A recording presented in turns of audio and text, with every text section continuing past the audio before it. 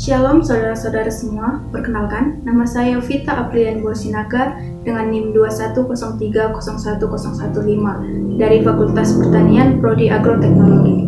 Di kesempatan ini, saya akan menerangkan mengenai konsep manusia menurut Alkitab dan pandangan lain. Allah menciptakan alam semesta ini selama 6 hari lamanya. Allah menciptakan terang, cakrawala, darat dan laut serta tumbuhan, benda-benda penerang, ikan-ikan di laut dan burung-burung di udara, serta hewan-hewan darat. Dan pada hari yang terakhir, Allah menciptakan manusia. Manusia merupakan puncak ciptaan Allah.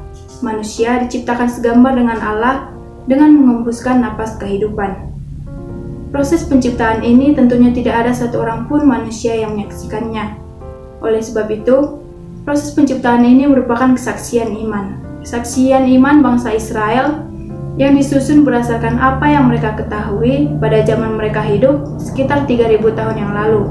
Melalui kesaksian ini, Tuhan menyampaikan tentang pernyataan penciptaan kepada bangsa Israel yang dulu dan kepada manusia yang sekarang. Karena ini adalah firman Allah. Proses penciptaan manusia ini dapat kita lihat pada Kejadian 1 ayat 26. Allah berfirman, "Baiklah kita membuat manusia yang segambar dan serupa dengan kita."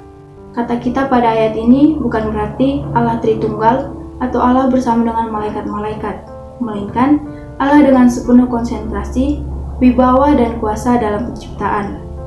Manusia yang segambar dengan Allah dapat diistilahkan dengan Selem sebagai gambar dan Demut merupakan rupa. Maksudnya adalah manusia ini merupakan gambar atau presentasi yang kelihatan dari Allah yang tidak terlihat. Manusia memiliki hubungan yang khas dan yang erat dengan Allah, lewat karakteristik dan sifatnya seperti napas kehidupan yang kekal, kebaikan, dan kekudusan. Manusia tentunya tidak diciptakan seorang diri saja.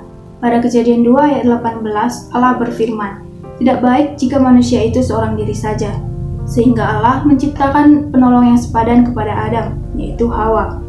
Manusia itu dijadikan sebagai individu yang utuh, yaitu laki-laki dan perempuan.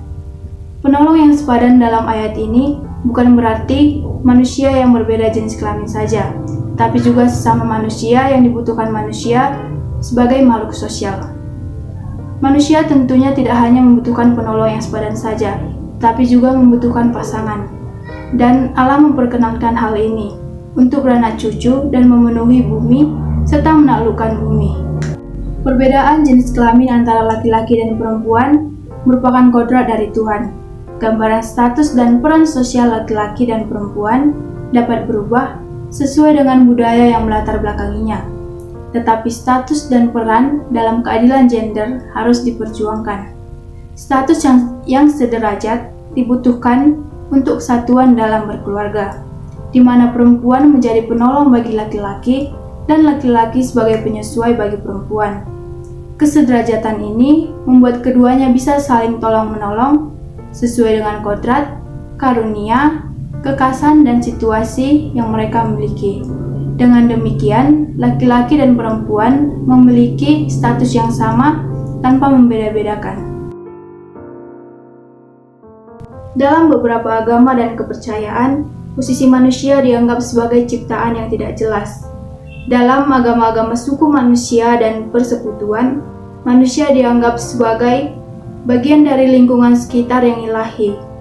Dalam agama-agama suku manusia juga tidak dikenal hukum Allah yang normatif, tetapi hukum tata tertib yang terdiri dari hukum alam, hukum adat, dan lain-lain. Selain itu, pada agama Hindu dianggap manusia adalah Atman yang mengalir dari Brahmana yang satu-satunya adalah kenyataan. Dalam pandangan lain, manusia adalah ciptaan yang bertanggung jawab atas hukum. Dalam hal ini, berlaku hukum sebab akibat.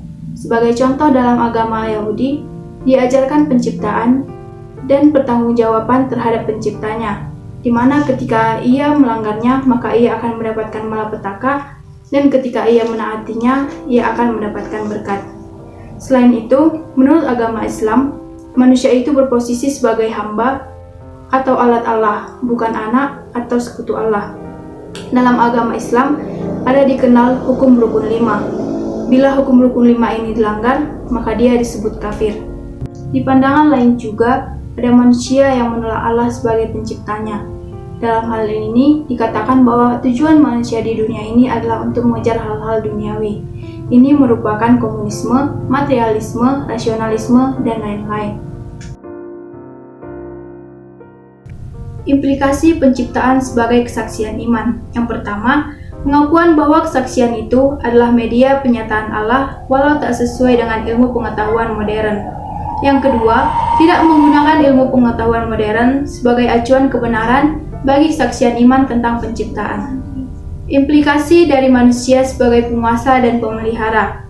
Yang pertama, alam semesta ini harus dipelihara. Yang kedua, alam semesta boleh dikembangkan demi kesejahteraan manusia tapi dengan terkendali. Yang ketiga, alam semesta ini bukan tak bertuan.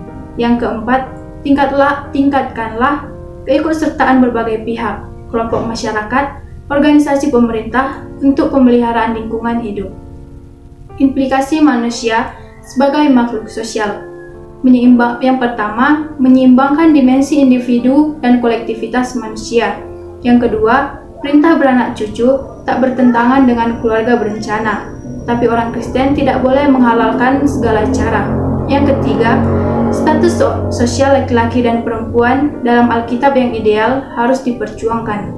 Dan yang terakhir, Alkitab yang memberi gambaran ketidakadilan gender tidak harus ditolak, tetapi dipelajari latar belakangnya dan dicari makna teologisnya.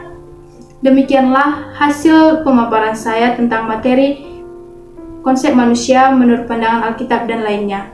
Sekian dan terima kasih.